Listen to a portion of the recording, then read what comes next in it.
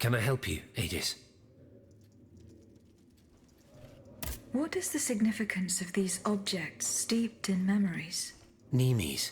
I have reread every work that I have on them.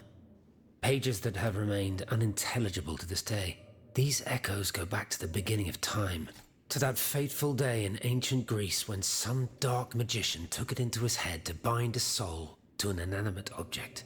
You see, Aegis, there is nothing more diabolical, nothing more unnatural than this sorcery. The soul is the very essence of the divine. It refuses to submit to such an abomination and resists, eventually breaking. The earliest necromancers whose works have survived through the centuries all describe the same phenomenon.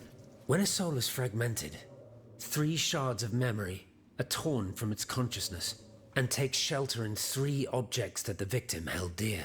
It's as if these memories wished to remain bound to the mortal who had held them until then.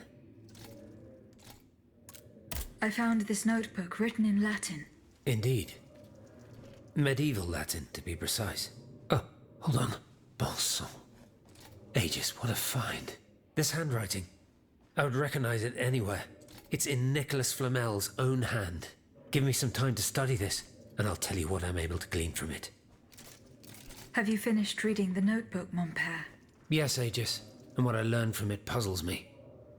In this diary, Flamel tells of 3 journeys. 3 journeys into what he calls the in-between. A strange world filled with wandering souls. Tormented spirits that are unable to ascend to heaven. This world. It's where Cagliostro's victims were trapped until I freed them.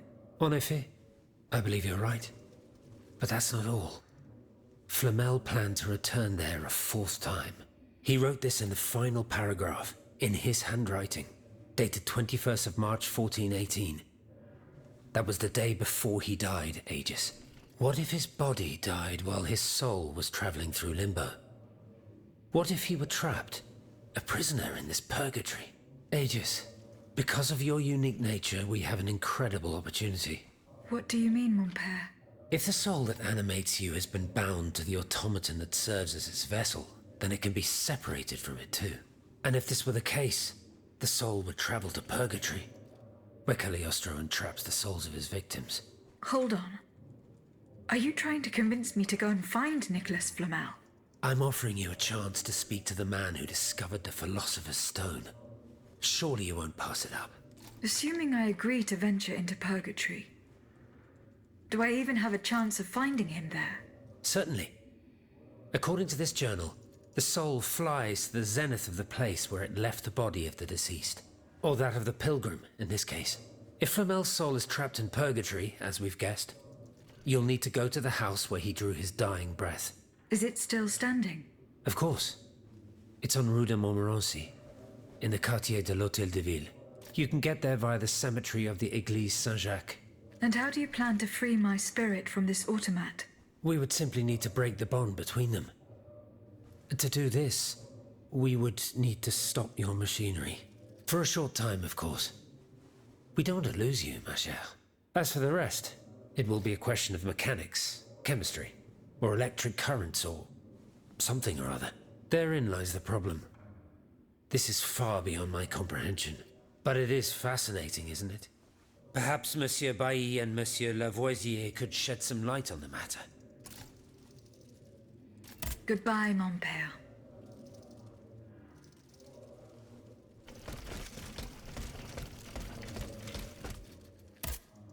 Monsieur Bailly. I found this box with astronomical symbols on it. I believe it belongs to Vaucanson's daughter. Athenais' secret box. I built it with my own hands. It was my gift to her on her 15th birthday. I wasn't able to open it. Naturellement. Athenais and I are the only ones who know how. Allow me. You must arrange the planets the way they were aligned on the day of Athenais' birth. Voila, like this. What's this locket? Athenais is always wearing this. It contains a portrait of her late mother. She said it was her most cherished possession in all the world. To think, the poor child never knew her own mother.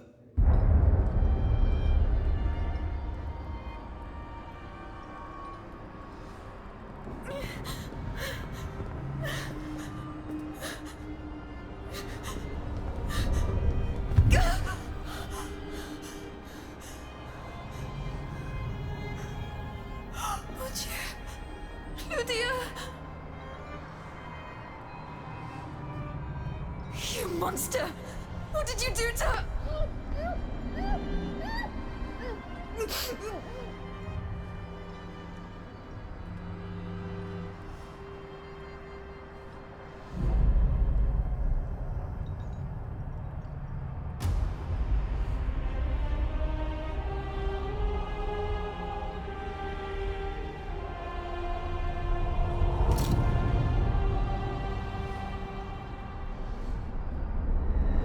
Good God.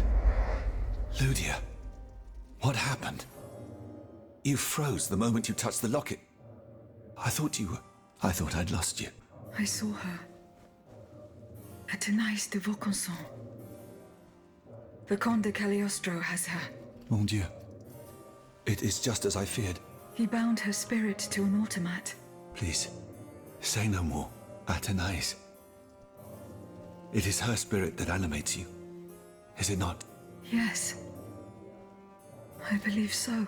Seigneur, quelle abomination. It is vital that you go and find Athénaïs as soon as possible. She is right in front of you. I am Athénaïs. Alas, I fear that is not entirely accurate. You know nothing of Athénaïs, Lydia. Nothing of her past, her joys, her suffering. Nothing of her love for her father. You are but the vessel that harbors the poor child's soul. Where can I find Athénaïs's body? God only knows.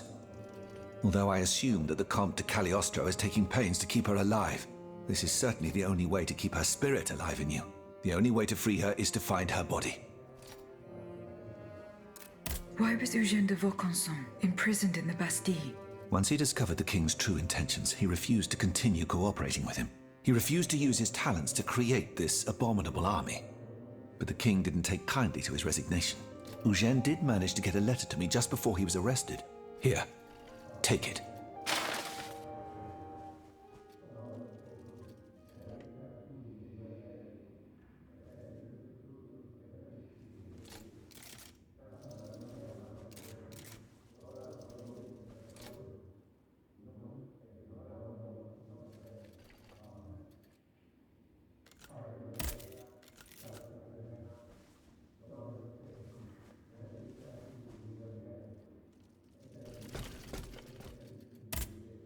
Monsieur Bailly, do you think there is any way to interrupt my internal clockwork?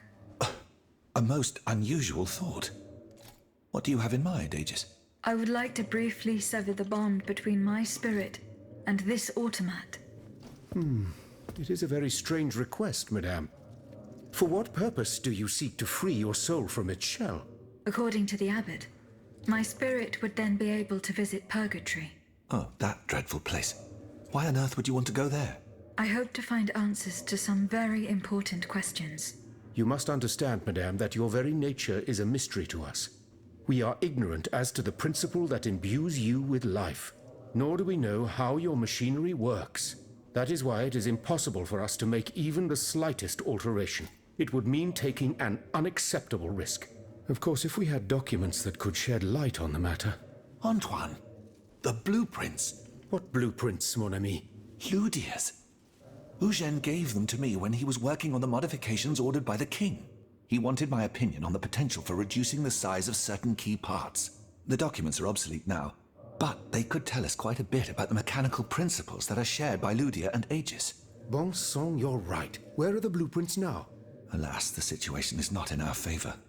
I kept them in the safe at the observatory, but earlier, when I went there to collect my most important documents, before setting off for the convent, I found looters making off with its contents. Blasted scavengers. Their kind are always quick to make the most of chaos. I chased them to the keys, but was unable to apprehend them.